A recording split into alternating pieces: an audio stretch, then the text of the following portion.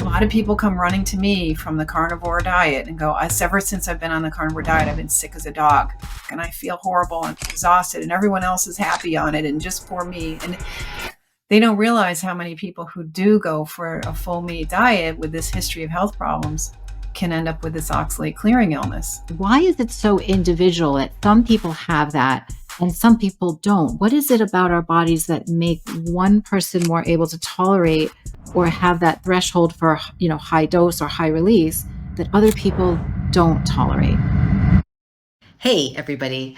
If you're on a carnivore diet and dealing with weird symptoms you can't explain, oxalate dumping might be the culprit. Or maybe you're just wondering what oxalates even are and why they matter on a plant-free diet. Well, either way, Sally Norton has the answers. So, carnivore crew, let's clear up the confusion. If oxalate is bad, we should eliminate it completely. Like if, some is a little bad, zero is good. And is that what we should be striving for? Like, I'm carnivore. Should I be striving for zero oxalate carnivore, which might mean my eliminating spices, coffee, cocoa, things like that? What are your thoughts there? Well, the lower the oxalate level coming into the body, the potentially lower the level of oxalate in your bloodstream, the more likely it is that you're going to give the body an excuse to start releasing oxalate deposits from not just your kidneys and bladder, but maybe your teeth and your eyeballs and your thyroid gland and your shoulder joint and anywhere else.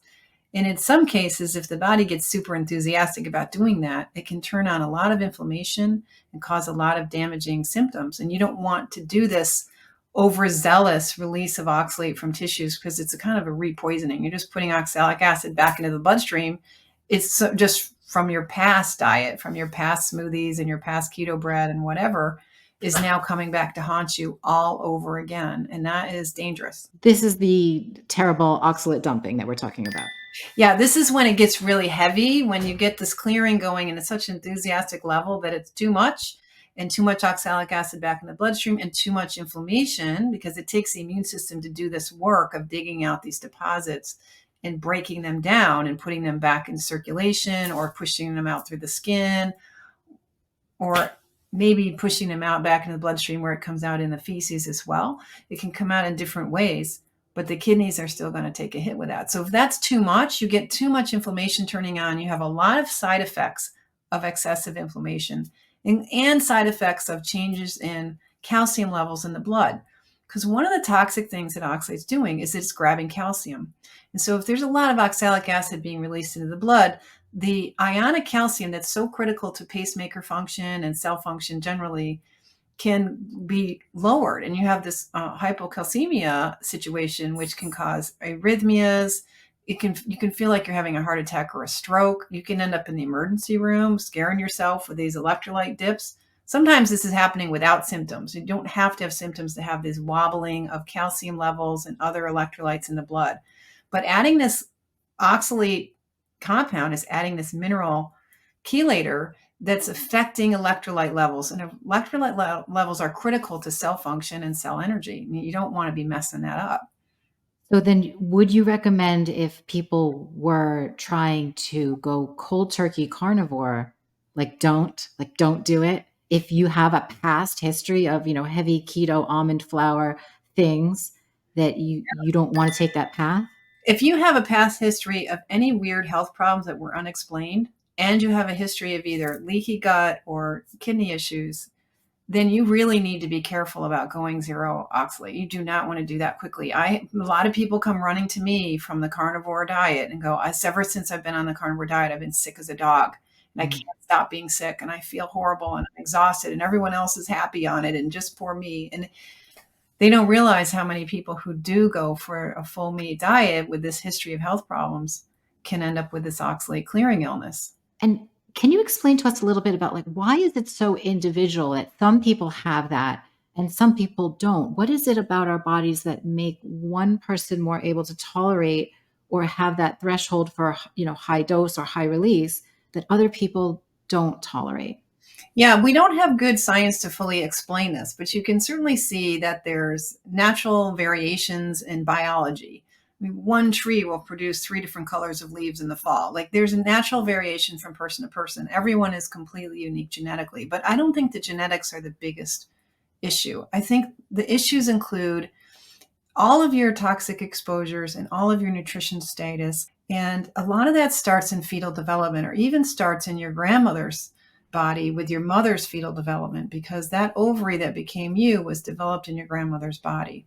So there can be even stressors all the way back from the formation of the ovary that became you, whether they be mosquito repellents or other toxins, family trauma, stress, war. All kinds of toxicities can be chemical in nature, they can be emotional in nature, and that can affect our biology. The expression of biology is really epigenetic in nature, and all these effects are epigenetic. So it seems genetic, but it's probably about genetic expression and your access to your best sides of your metabolism. And then you have just plain old nutritional status. If your mom ate a high oxalate diet while you were pregnant, that may have set you up, well, she was pregnant, set you up for problems.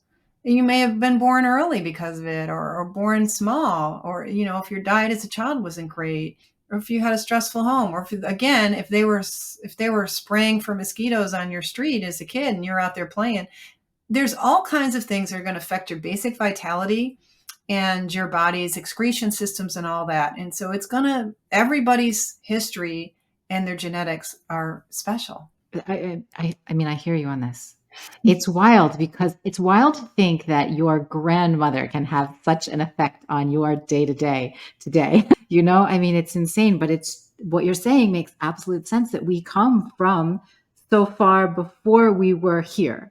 We do. We rely on our grandparents, and we're relying on our children to preserve our well-being by the way they eat when they're teenagers and when they're children, because their ovaries will pass on the next generation. And much of genetics is your mitochondrial DNA, and the mitochondria all are just the maternal line. So a great deal of your genetics is in the maternal line, and the maternal line is sensitive because those ovaries have been around a while. Wow, it's incredible. So now tell us then, what are the best strategies for people, or what are some tips you can give people who are having these issues, who've gone to a carnivore diet, or what they think is fantastic, a zero oxalate diet? What are some things they can do when they start experiencing oxalate dumping symptoms to sort of stop that? Well, the first and best medicine for addressing this excessive inflammation and oxalate release that's raising oxalate levels in the bloodstream and the kidneys and so on is to add some oxalate back into the diet. That becomes a signal. You have to add enough that it's a signal, enough gets absorbed so the body goes, oh, wait, you're eating it again? It's coming from the diet too. Ooh. And then the body will go back into what we call sequestration mode and hold on to the oxalates that are in the tissues and slow down that process.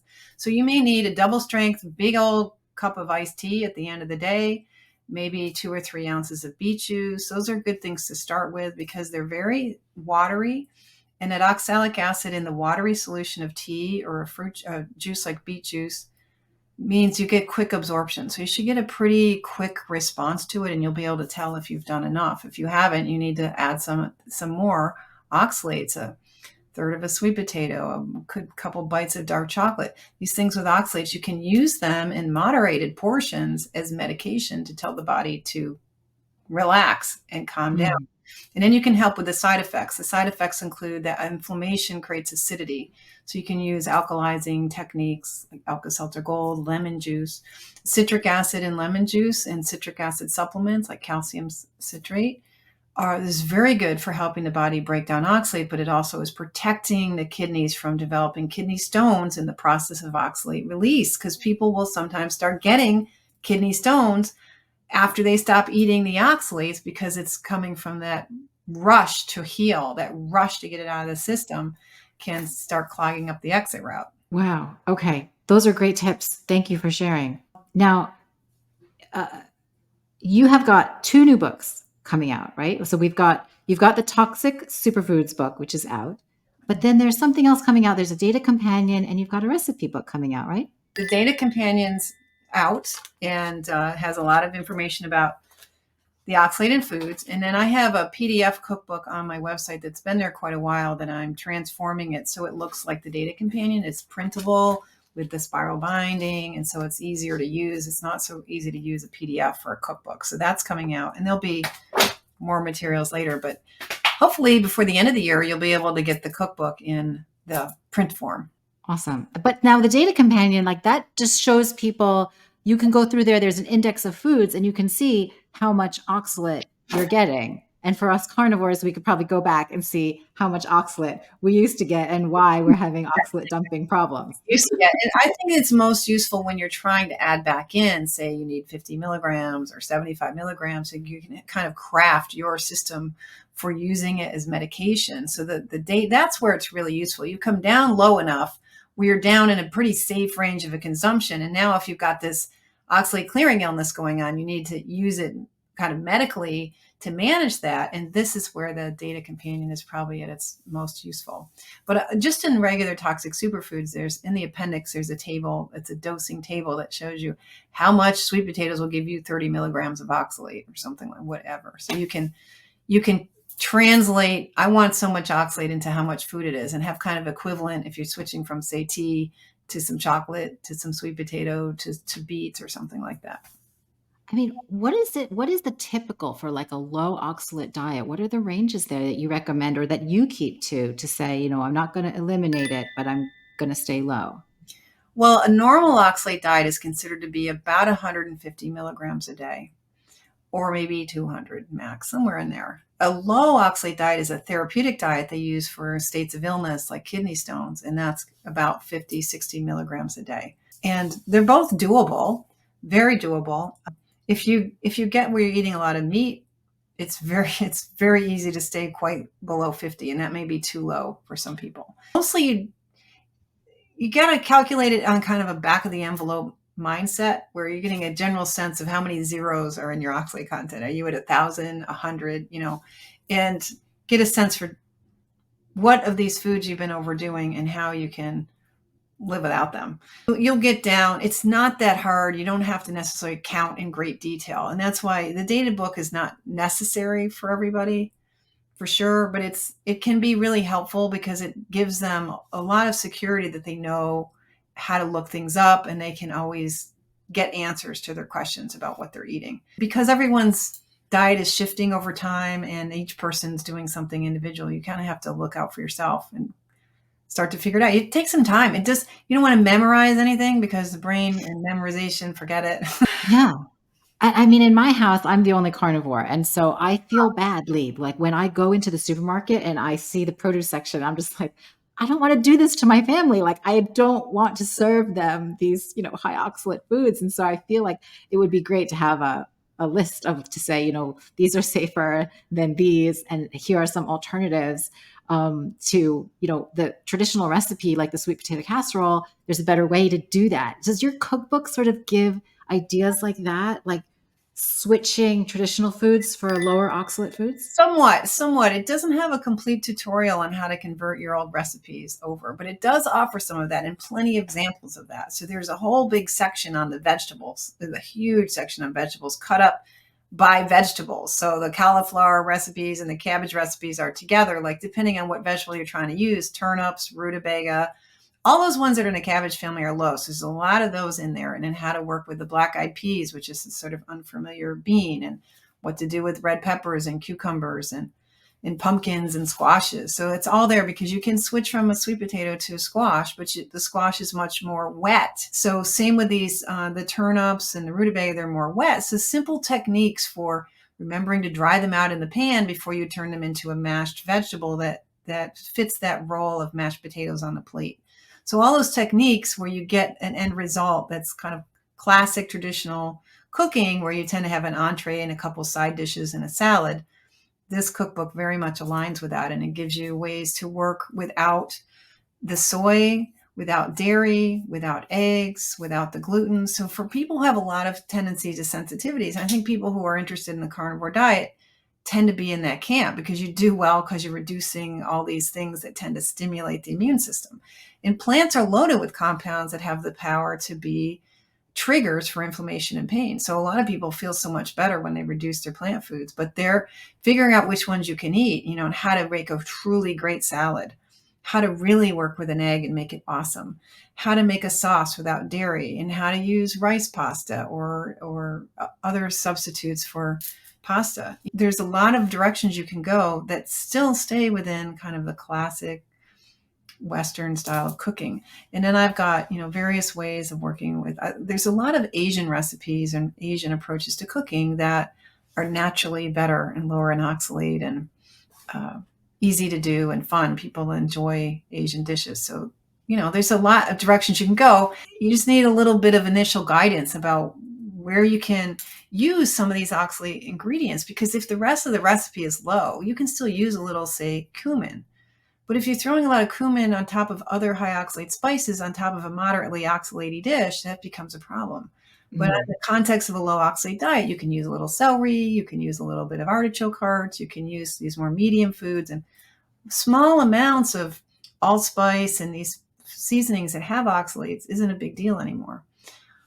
But that opens up a whole nother world for people too, because then they don't have to be afraid of oxalate, period. Like they can do a little bit of spice in their meat-based diet and still be okay. It's not that you have to eliminate it completely. It's just a load, like we said, a load issue. Yeah. The value of the strict carnivore diet is that as you're adding things back in, you might have an opportunity to catch an odd allergy. Like I'm allergic to sage and clove. And so a lot of seasonings, like your basic like fish boil, tends to have sage and clove in it. And your sausages tend to have sage in it. But my sausage recipe, like my meat cookies, which is one of my favorite recipes, is really just 4 ingredients. Salt, white pepper is a low oxalate peppers, a lot of rosemary, and the ground pork together. If you have good ground pork that has enough fat in it, because the quality of your ingredients always matters to the outcome of your dish. If you don't love your dish, maybe you didn't get the best ground pork or you didn't get the best version of white pepper. So you want to be selective in your ingredients, and then home cooking becomes miraculously delicious and can be fun if there's someone in the house to enjoy the preparation and cleanup with you. It's harder. Yeah, I mean, I love cooking at home. To me, when we go out to eat at restaurants, I'm always like, why am I doing this? I can make this so much better at home. So much better at home with better ingredients.